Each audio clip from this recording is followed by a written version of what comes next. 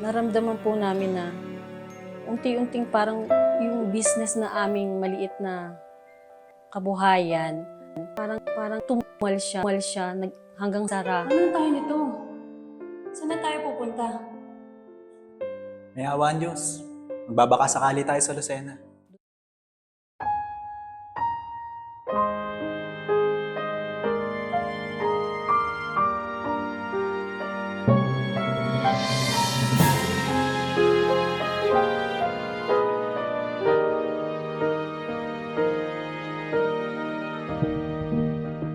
Ako po ay isang handog na INC. Diakono po ang tatay ko.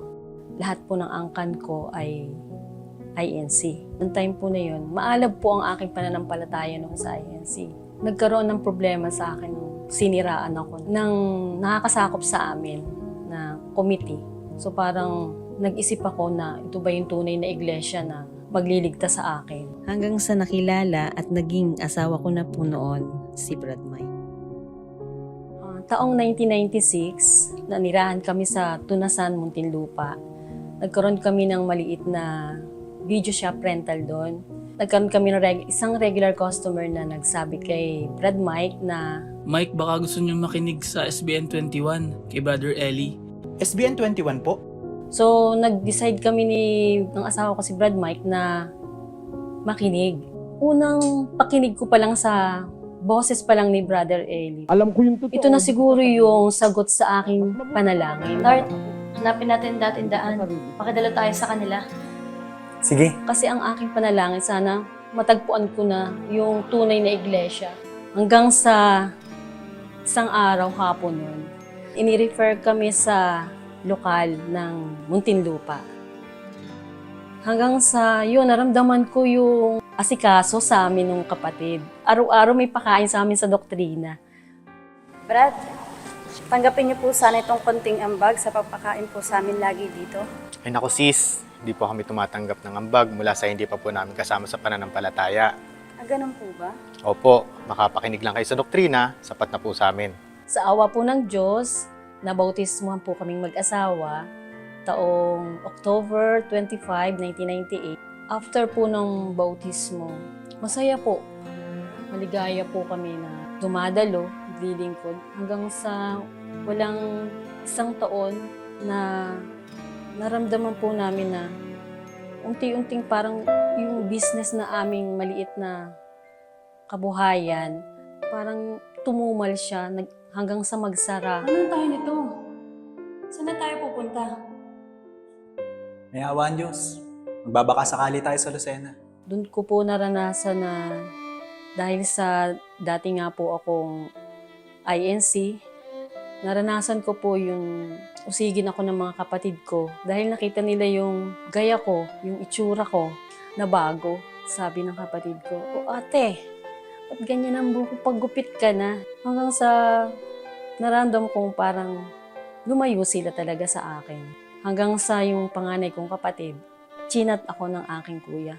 Alisin mo na ang apelyidong Tabernilla sa iyo. Nakakahiya ka lang. Sabi ko, sige, okay lang.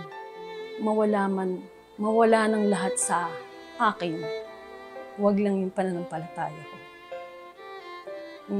Yung pagkakilala ko sa tunay na iglesyang aking nasumpungan. Patuloy naman ako ng pakikisama sa kanila.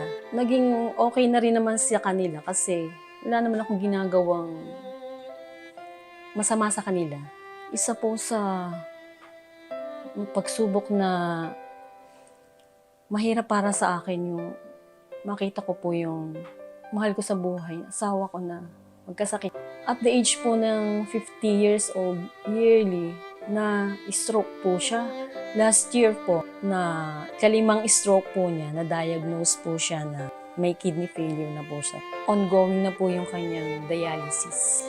2 beses po siya dinadialysis sa isang linggo. Hanggang sa naramdaman ko po yung linga po ng kapatiran na lagi po silang nakaantabay po sa yung pagtulong po dahil hindi naman po namin kaya na sustentuhan yung dialysis niya. Doon ko po naramdaman yung inaaliw po talaga. Nandito po kami mga kapatid niya na nagmamahal sa kanya, kuya. Salamat po sa Diyos. Ano man ang kaniyang kalooban para sa atin, ay ating maharap ng mayroong kagalakan. Salamat po sa Diyos.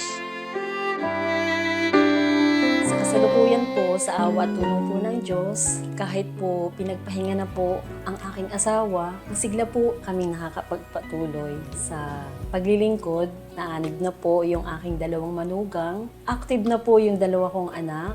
At nakakapagpatuloy din po yung aking isang anak sa pagkamanggagawa.